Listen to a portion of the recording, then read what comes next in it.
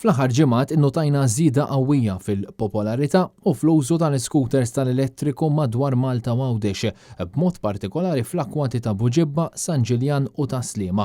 Huwa fatt li dawn l-iskuters f'termini ta' tniġġis tal-arja huma mezz ta' trasport aħjar minn vetturi oħrajn li jużaw il-fuel biex jaħdmu. Madankollu xorta qed tinħoloq kontroversja dwar il-mod kif qed jinstaqu, il-mod ta' kif qed jitħallew fit-toroq u anke nuqqas ta' għarfien dwarhom. Sakemm persuna ma tkunx xtrat l-iskuter, is-sistema ta' kif persuna tagħmel użu mill-iskuters tal-elettriku tal-kiri hija permezz ta' app fuq il-mobile li permezz tagħha tkun tista' taċċessa l-istess scooter. Fl-istess waqt din l-app turik fejn tkun l-iktar scooter viċin tiegħek.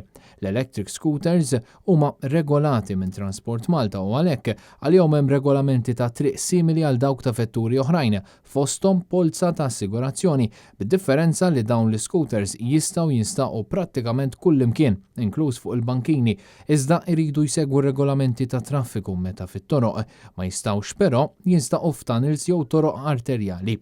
Waħda mir-regoli tgħid li biex persuna jsuq dawn l-scooters irid ikollha l fuq minn 16-il sena kif ukoll liċenzja tas-sewqan. Ma tistax tkun iktar minn persuna waħda fuq scooter u trid issuq dejjem fuq ix-xelluk. Ma tistax isuq veloċità ta' aktar minn 20 km fis-siegħa fit-toroq u mhux aktar minn 10 km fis-siegħa meta tkun f'żoni pedonali.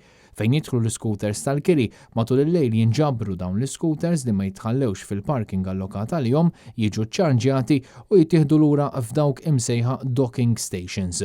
Ir-regolamentazzjoni tgħid li l-electric scooters jistgħu jiġu parkjati kullimkien u f'kull ħin mingħajr ma jagħlqu l-aċċess għal persuni jew karozzi, iżda mhux kontra l-liġi li jitħallew il-bogħod minn docking bays fuq il-bankini jew żoni oħrajn. Basta ma jalqux l-aċċess għall-pubbliku.